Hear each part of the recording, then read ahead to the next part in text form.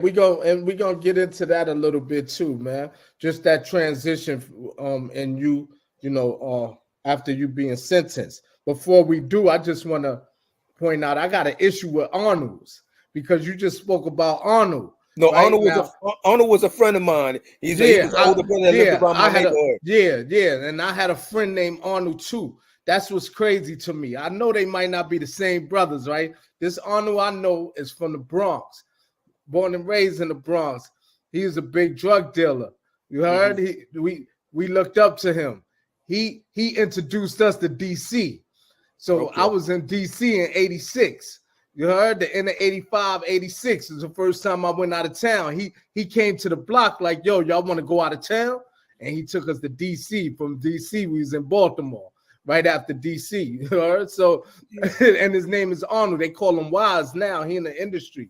You know, he did some Fed time and came home. Heard he doing good now. I ain't seen him in a while, but yeah, when you said Arnold, that just gave me a flashback.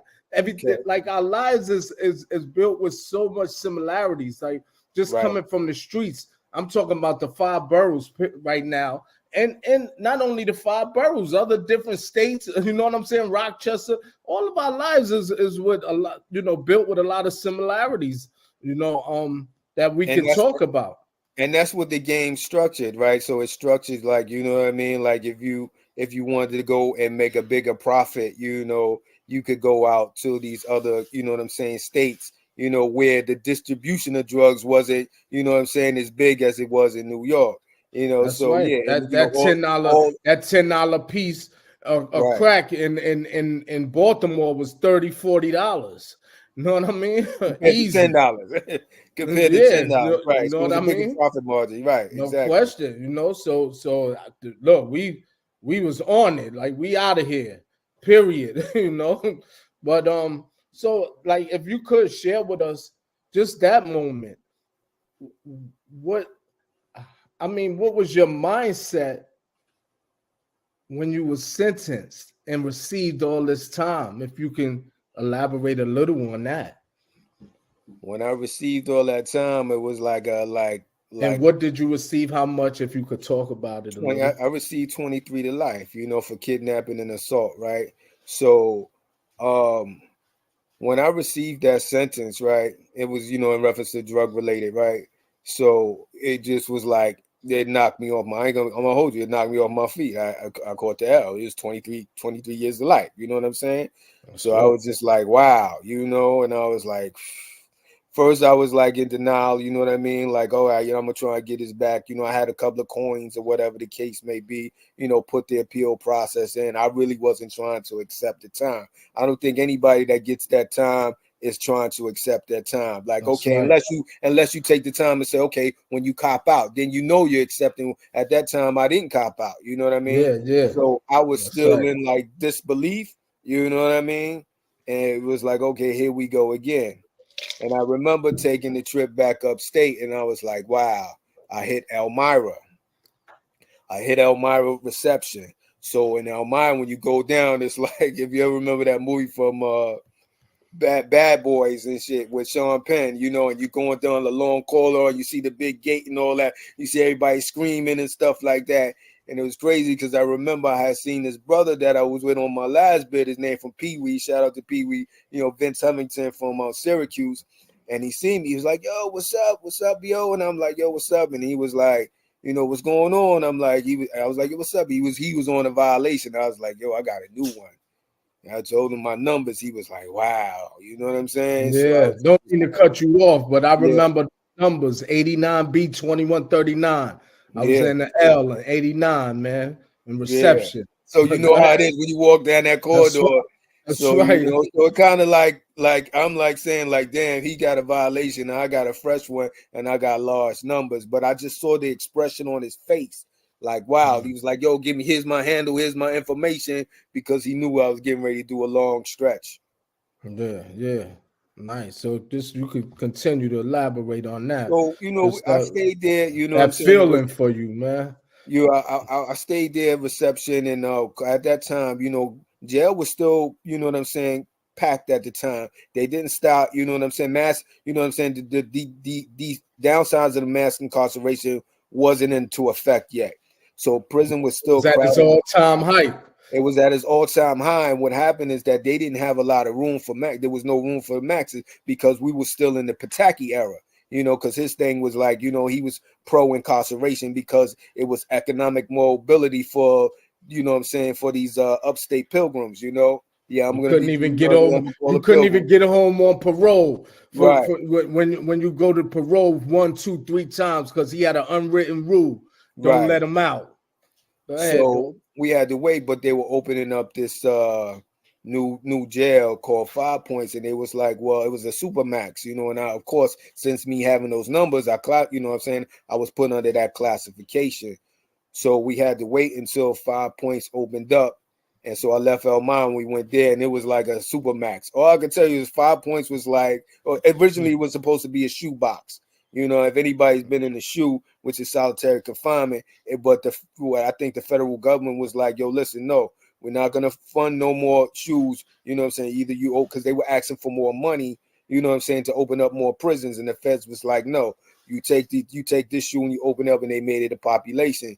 And when we got there, we opened up the jail. It actually was, it had 5 buildings, but only we opened up the first building. And all I could tell you was like the movie Face Off. It was cameras everywhere. It was like a supermax. And it was segregated. You know what I mean? Everybody had their own yard and things like that. Again, because it was supermax. It was a lot of dudes with a lot of time. So I ended up starting my bid off there. No question. And so in that again too, because I remember when I received that 25 years to life, and I went up, and like I was talking to another brother earlier today about this, but a lot of us, we take on this transition differently at different times in our life. Some people never gonna get it. Some people get it 10, 15, 20 years down the line while they in prison. Some people, you know what I mean? Some people get it right away. That epiphany, Very few, very few get it right away because we got to go through some things, man. We got to go through that, the hard knock life, learn the hard way. That's, so like, what was it for you? Like, what slowed you down, if any, at any time while you was incarcerated, while you was going through that growth and development? Because whether you stay in the yard or the gym, you still got to go through a growth and development. You know what I mean? Okay, so at that time, right, I had got knowledge itself. Shout out to, the God, Shah Mecca. He's from out of Mecca. He gave me knowledge itself. And peace to the gods. And in Elmira. So, I had like my little awakening there, having that knowledge itself, and so he was sort of like, a mentor. Again, like he gave me knowledge itself. But I was still sort of like in denial about the situation because I had like a little bit of coins, and I'm like, okay, you know what I'm saying? Oh, I don't, I went to trial, and you know what I mean? There's no such thing as a perfect child. I'm gonna get this time back. But so I didn't really take it serious. I really wasn't going into the law library, you know what I mean? I got a job. I was working in the mess hall, and I was just, doing my bid, waiting, what I'm saying, to get out of there and things of that nature. But that didn't happen, my pennies kind of got stolen out there when I was in the town, you know what I'm saying? And things happened. So I was never able to get I was never able to get the paid lawyer. And and so I had to end up getting a legal aid lawyer. And like I said, I really wasn't that knowledgeable about the law, but I'm like, okay, things look good or whatever the case is. And I'm like, all right, they're gonna set me up to do this appeal, and hopefully I'll get his time back or whatever the case may be. In the meantime, like I'm bidding, you know what I'm saying? I'm with the guards, you know what I'm saying? I'm conversing, you know what I mean? In 5 Points, you see the things, you see the negative aspects, the gambling, the 3 cardinal rules that you live by: no drugs, no gambling, no messing with no boys, things like that. And you see all that, you see the gang violence and stuff like that, but I was just staying instructive, staying positive, and staying on a just doing what I got to do to, what I'm saying, so these lawyers can handle it.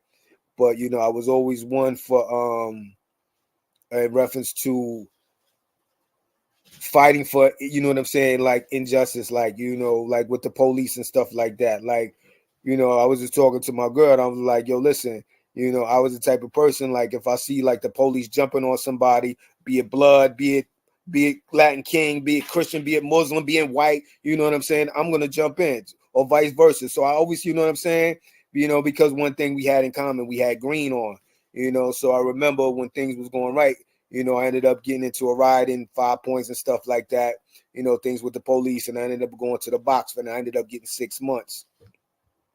So I leave 5 points and I end up going to upstate box, and which is a whole different world.